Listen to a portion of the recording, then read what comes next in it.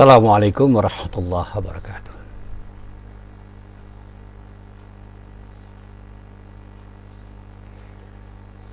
Alhamdulillah wasyukru lillah la khawla wa la quwwata illa billah. Ashhadu an la ilaha illallah wahdahu la syarikalah wa ashhadu anna Muhammadan abduhu wa rasuluh.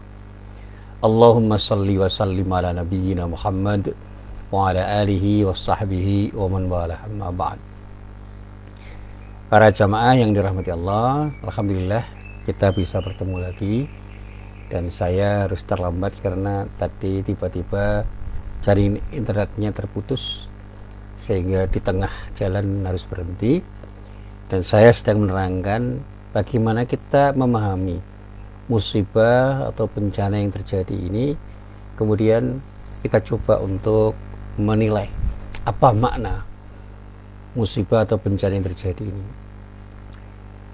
Memang kalau kita kembali kepada apa yang telah difirmankan oleh Allah, musibah apapun yang terjadi itu bagian dari takdir Allah yang ditetapkan oleh Allah, dan kita harus menerimanya sebagai sesuatu yang natural saja. Tetapi setiap bencana atau musibah yang menimpa manusia itu, kata para ulama, selalu memiliki tiga makna. Bagi orang yang beriman dan yakin bahwa itu adalah bagian dari cara Allah untuk menyapa mereka, mereka mengatakan bahwa ini ujian dari Allah. Dan setiap ujian itu adalah sesuatu yang harus dihadapi, dan dia yakin bahwa dia akan lulus dari ujian itu kalau dia betul-betul bisa menghadapi dengan sabar. Ada ikhtiar yang dilakukan untuk keluar dari bencana itu, dan kemudian dia berdoa kepada Allah dengan harapan Allah akan memberikan yang terbaik pada dirinya, dan pada saatnya semua diserahkan kepada Allah. Tetapi itu tidak dimiliki oleh semua orang, hanya orang yang beriman yang bisa menerimanya sebagai satu kenyataan yang tidak perlu disesali. Yang kedua, mungkin musibah itu adalah peringatan bagi orang-orang yang beriman, karena mereka melakukan tindakan yang perlu diingatkan oleh Allah dengan musibah atau bencana itu. Untuk apa? Agar mereka kembali kepada Allah. Nah, bagi orang-orang kafir, orang-orang yang tidak beriman, itu adalah azab dari Allah, karena mereka sudah tidak bisa lagi diingatkan oleh Allah dengan peringatan apapun, dan tidak perlu diberi kasih sayang karena mereka sudah durhaka pada Allah. Nah, para jamaah yang dirahmati Allah, saya mencoba untuk memahami ayat yang saya baca di dalam Al-Quran. Pertama, saya ingin memahami bagaimana Allah menyatakan di dalam surah Al-Ankabut ayat 2. Allah menyatakan, ahasiban nasu ayyutraku ayyaqulu amanna wa hum la yuftanun. Apakah manusia itu mengira bahwa mereka dibiarkan saja mengatakan kami telah beriman, sedangkan mereka tidak diuji lagi? Nah, orang yang beriman itu tahu bahwa apapun musibah itu adalah ujian keimanan, dan ujian itu merupakan sunatullah dan harus diterima sebagai sebuah kenyataan yang tidak perlu disesali. Maka ujian apapun yang diberikan Allah pada orang yang beriman tidak pernah membuat mereka itu terpuruk dalam ujian itu, dan bahkan menghadapinya dengan tenang karena dia yakin Allah akan berikan jalan keluar dari setiap masalah yang dia hadapi.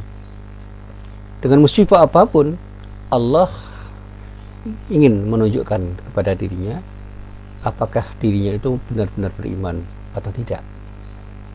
Dan ini juga dijelaskan oleh Allah di dalam surat Al-Hajj ayat 11. Di dalam ayat itu Allah berfirman, wa minan nasi may ya'budullaha ala kharf fa in asabahu khairun ma'an nabi wa in asabatu fitnatun qalaba ala wajhihi khasirud dunya wal akhirah dzalika huwal khusranul mubin. Dan dikatakan bahwa minan nas, ada sebagian orang may ya'budullah, yang beribadah kepada Allah, yang menyembah Allah ala khalf, dengan berada di tepi, artinya tidak kokoh betul ketika menyembah. Sehingga dikatakan fa in asabahu khairun, kalau dia memperoleh kebajikan, itma'an nabi, ia tetap dalam keadaan itu. Artinya apa? dia tenang-tenang saja. Sebaliknya, wa in asabatu fitnah inqalaba ala wajhi khasirat dunia akhirah. Dan kalau ditimpa sebuah bencana atau musibah, dia bisa berbalik ke belakang, artinya dia bisa luntur imannya dan putus asa. Dan ini kerugian di dunia dan akhirat. Maka dikatakan dzalika huwal khusranul mubin, itulah yang dikatakan kerugian yang nyata. Sementara di dalam ayat lain, di dalam surat Ar-Rum ayat 33 dikatakan wa idza massan nasa dzurrun da'u rabbahum munibina ilaihi thumma idza adaqahum minhu rahmatan idza fariqum minhum bi rabbihim yusyrikun. Dan apabila manusia itu disentuh oleh suatu bahaya, mereka menyuruh Tuhannya dengan kembali bertaubat kepadanya. Kemudian kalau Tuhannya merasakan kepada mereka sedikit saja rahmat darinya, tiba-tiba sebagian dari mereka bisa menjadi orang-orang musyrik, mempersekutukan Allah, dan karena itu kemudian dikatakan mereka tidak lulus di dalam ujian itu. Nah, ayat-ayat itu memberikan petunjuk bahwa bencana merupakan salah satu sebab banyaknya manusia yang kembali kepada kemusyrikan karena mereka tidak kuat menerima musibah yang terjadi pada dirinya. Kemusyrikan itu dipicu oleh adanya rasa putus asa mereka terhadap apa yang diharapkan dari rahmat Allah, dan mereka merasa tidak mendapatkan perhatian dari Allah, tidak merasa ditolong Allah, sehingga mereka menjadi orang yang tidak tenang di dalam hidupnya, dan pada saatnya mereka justru akan berbalik menjadi orang-orang musyrik karena mereka ingin meminta perlindungan kepada selain Allah. Sekarang ini kita lihat banyak orang yang karena peristiwa COVID-19 saja pergi ke dukun untuk minta keselamatan, padahal sebelumnya tidak ada keinginan untuk itu. Mereka tidak yakin dengan doa-doa mereka sendiri yang mereka panjatkan kepada Allah, karena betapa lama dia itu menghadapi persoalan ini, dan selalu saja mereka merasa resah karena adanya berita-berita yang membuat mereka itu semakin resah dengan berita-berita itu, dan seolah-olah COVID-19 itu adalah sesuatu yang memang tidak bisa diatasi kecuali dengan cara memohon pertolongan dari orang-orang pintar. Padahal bagi seorang yang beriman tidak perlu semua itu disikapi dengan cemas, resah, gelisah, apalagi panik. Kembalikan semua kepada Allah. Yang namanya virus itu ada di mana-mana dan tidak perlu dihadapi dengan keresahan yang begitu rupa.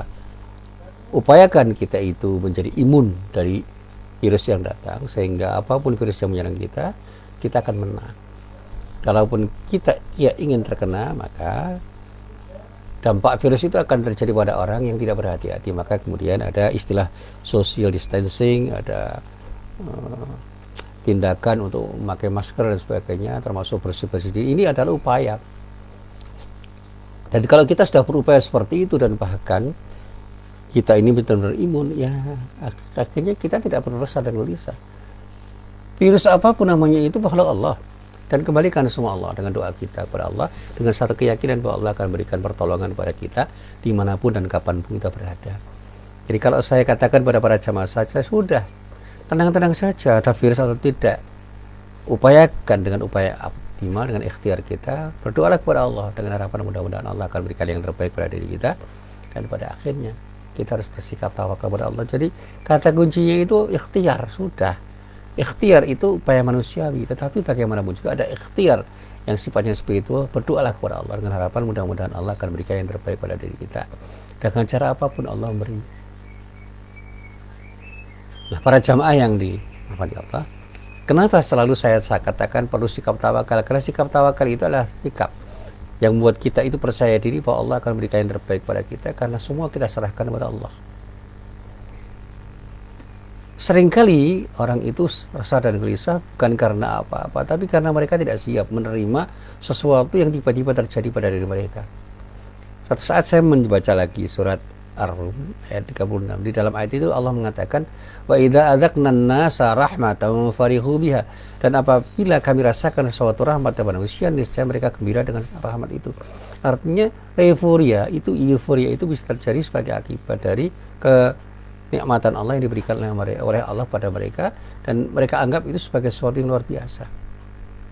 Kemudian dikatakan, wa in tusibhum sayyi'atun bima qaddamat aydihim idahum yaqnatun, dan kalau mereka ditimpa satu musibah disebabkan kesalahan yang telah mereka kerjakan, ya tiba-tiba mereka itu putus asa. Ketika gagal mereka bisa putus asa karena mereka tidak yakin bahwa ada Allah di samping dirinya, ada Allah yang ada di hadapannya, yang pada saatnya bisa kita mintakan kepada Allah apapun yang kita mintakan dengan doa-doa kita. Dan bagi orang yang beriman nggak ada kata putus asa itu, karena apapun yang terjadi itu adalah bagian dari takdir Allah. Dan saat ini di tengah musibah yang terjadi pada bangsa kita yang namanya pandemi COVID-19 itu, bagi orang yang beriman itu bukan apa-apa. Saya terus terang saja, belum pernah saya itu merasa resah dan gelisah ketika orang ribut-ribut dengan istilah pandemi COVID-19 itu. Saya katakan itu adalah bagian dari takdir Allah. Kalau ada cerita yang sangat mengerikan, ya biarlah orang bercerita. Tapi tidak perlu kita itu takut. Kalaupun kita harus mati karena musibah itu, karena COVID-19 itu, ya itulah takdir Allah yang harus kita terima. Kalau kita harus sakit, ya sudah berobat sekuat kemampuan kita. Dan ternyata tidak ada obat COVID-19 sampai hari ini. Kalaupun ada orang yang terserang, itu mereka akan isolasi, kemudian mereka akan disiapkan untuk imun dengan cara-cara medis tertentu. Dan banyak sekali yang kemudian dikatakan mereka itu hanya mendapatkan asupan makanan bergizi dan sesuatu yang buat mereka itu bisa kuat untuk menahan virus yang menyerangnya itu. Jadi tidak ada obat mematikan virus, tidak ada. Kalau pikir obat COVID-19 itu istilah-istilah yang menyesatkan. Bahkan yang namanya vaksin itu juga bukan obat, itu kebodohan, itu pembodohan publik. Saya katakan vaksinasi itu adalah tindakan untuk membuat orang itu kebal dari serangan virus, dan itu bukan obat. Kalau ada orang mengatakan akan datang obatnya, nanti vaksin pada bulan ini, itu kebohongan, itu bohong, kebohongan besar, itu kebohongan publik, dan jangan percaya. Ya, dalam hal ini para dokter dan pemerintah harus menjelaskan dengan sejelas-jelasnya apa yang namanya tes yang disebut dengan rapid test, PCR, swab, itu harus dijelaskan dengan sejelas-jelasnya apa itu dan apa gunanya. Terus terang saja sampai detik ini saya tidak tertarik untuk ikut tes-tesan itu, baik rapid maupun PCR atau swab itu. Biarlah semua terjadi. Kalaupun ada virus yang menyerang saya cuma berdoa kepada Allah, mudah-mudahan Kau beri kekuatan pada diri saya untuk menghadapi serangan virus itu, sehingga saya bisa kembali untuk beribadah kepadamu. Itu aja.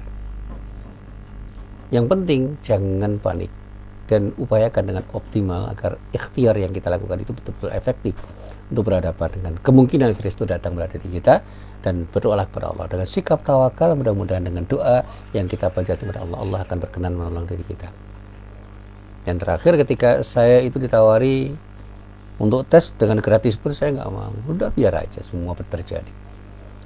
Dan saya tidak pernah yakin dengan keyakin-yakinnya bahwa itu adalah sesuatu yang efektif untuk mencegah. Dan pada saat virusnya itu ada, saya juga tidak resah. Apalagi dengan vaksin yang dijanjikan itu, saya juga tidak tertarik untuk membahas. Bukan berarti saya tidak percaya pada vaksin, tapi saya tidak tertarik membahas. Karena apa? Vaksinasi yang akan dilakukan itu hanya akan efektif kalau memang vaksin itu sudah teruji. Dan apakah semua orang perlu divaksin? Tidak. Itu keyakinan saya setelah saya baca. Tidak semua orang perlu divaksin. Hanya orang-orang yang rentan untuk terkena dampak dari virus itu yang perlu divaksin. Dan pada saatnya ketika orang itu sudah kuat, tidak perlu vaksinasi itu. Jadi sekali lagi, marilah kita hadapi setiap musibah itu dengan sikap sabar dan yakinkan pada diri kita bahwa musibah apapun yang terjadi itu adalah bagian dari takdir Allah. Dan setiap orang yang beriman selalu akan menghadapi musibah itu dengan sabar. Karena apa? Itu adalah bagian dari cara Allah menyapa dirinya untuk bisa menguji keimanan kita dan kembalikan semua kepada Allah. Dan kalaupun kita diingatkan, segera kita kembali kepada Allah. Dan pada orang kafir yang terkena azab oleh Allah, azab dari Allah sebagai bagian dari musibah yang datang kepada mereka, ya itu ada konsekuensi logis dari ketidakmauan mereka untuk beriman kepada Allah. Jadi setiap orang yang terkena musibah bisa jadi dia mendapat azab dari Allah. Bagi orang-orang yang memang tidak mungkin diberi peringatan dan tidak mau lagi diberi peringatan, tapi bagi orang yang mendapat peringatan dan kembali kepada Allah, insya Allah kembalinya mereka kepada Allah itu akan membuat mereka akan terselamatkan oleh Allah. Dan bagi orang yang beriman, yang sungguh-sungguh beriman, jadikan musibah itu sebagai pemicu bagi diri kita untuk semakin memperkokoh iman kita, sehingga ujian-ujian yang kita hadapi itu betul-betul membuat kita semakin kokoh untuk berhadapan dengan masalah yang kita hadapi. Inilah apa yang bisa saya sampaikan. Billahi taufik wal hidayah. Assalamualaikum warahmatullahi wabarakatuh.